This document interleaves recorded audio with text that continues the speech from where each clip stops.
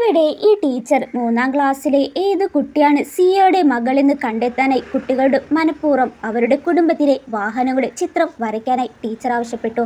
ക്ലാസ്സിലെ ഏറ്റവും വിലയേറിയ കാർ സിയയുടെ കുടുംബത്തിൻ്റെതായിരിക്കുമെന്ന് അവർക്കറിയാം. മകളുടെ ഹോംവർക്കിനെ കുറിച്ച് അറിഞ്ഞ ശേഷം കുടുംബം മുഴുവൻ പെട്ടെന്ന് അവളെ പഠിപ്പിക്കാനായി ഇറങ്ങി. അവർ അവൾക്ക് വരയ്ക്കാനായി ഡസൻ കണക്കിന് ആഡംബര കാറുകളാണ് പുറത്തിറക്കിയത്. മാത്രമല്ല, മുത്തശ്ശി പോലും ബട്ട്ലറെ ഹെലികോപ്റ്റർ 3 മണിക്ക് മുകളിൽ കൊണ്ടുവരാനായി ആഗ്രഹിച്ചു. സിയോ മുത്തശ്ശിയെ തടഞ്ഞിരുന്നില്ലെങ്കിൽ വീട്ടിൽ തിരക്ക് കൂടുതലായനെ. എല്ലാ ആഡംബര കാറുകളും നിർത്തിയാൽ ആ പെൺകുട്ടി ഒരെണ്ണം പോലും തിരഞ്ഞെടുത്തില്ല. പാർക്ക് ചെയ്തിരുന്ന ഒരു സൈക്കിളിൽ മാത്രമാണ് അവിടെ കണ്ടെത്തിയത്.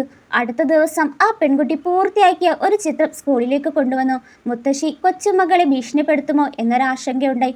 അവരുടെ മരുമകളോട് നിർദ്ദേശിച്ചു. ടീച്ചർക്ക് ഒരു സമ്മാനം കൊടുക്കാനായി പറഞ്ഞു. എന്നിരുന്നാലും അവരുടെ മരുമകൾ സമ്മതിച്ചില്ല. കുട്ടി അങ്ങനെ നശിപ്പിക്കരുതെന്ന് പറഞ്ഞു.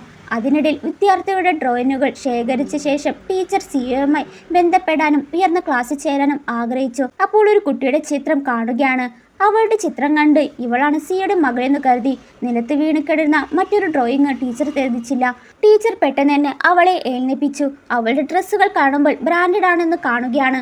ഇത് സിയുടെ മകളാണെന്ന് ടീച്ചർ കൂടുതൽ ഉറപ്പായി. അവൾ തന്റെ ചിത്രത്തെ ക്ലാസ്സിലെ ഏറ്റവും മികച്ച ചിത്രമായി പ്രശംസിച്ചു. അവളുമായി കൂടുതൽ ടീച്ചർ അടുക്കാൻ നോക്കുമ്പോൾ മുൻനിരയിൽ ഇരിക്കാൻ പോലും അനുവദിച്ചു. ടീച്ചർ ഒരിക്കലും അറിഞ്ഞിരുന്നില്ല ഈ കുട്ടിയുടെ കുടുംബത്തിന് ആഡംബര കാറ് ഉണ്ടായിരുന്നില്ലെന്ന്. ആ നിമിഷം സിയുടെ മകളുടെ ചിത്രം താഴെ വീണു.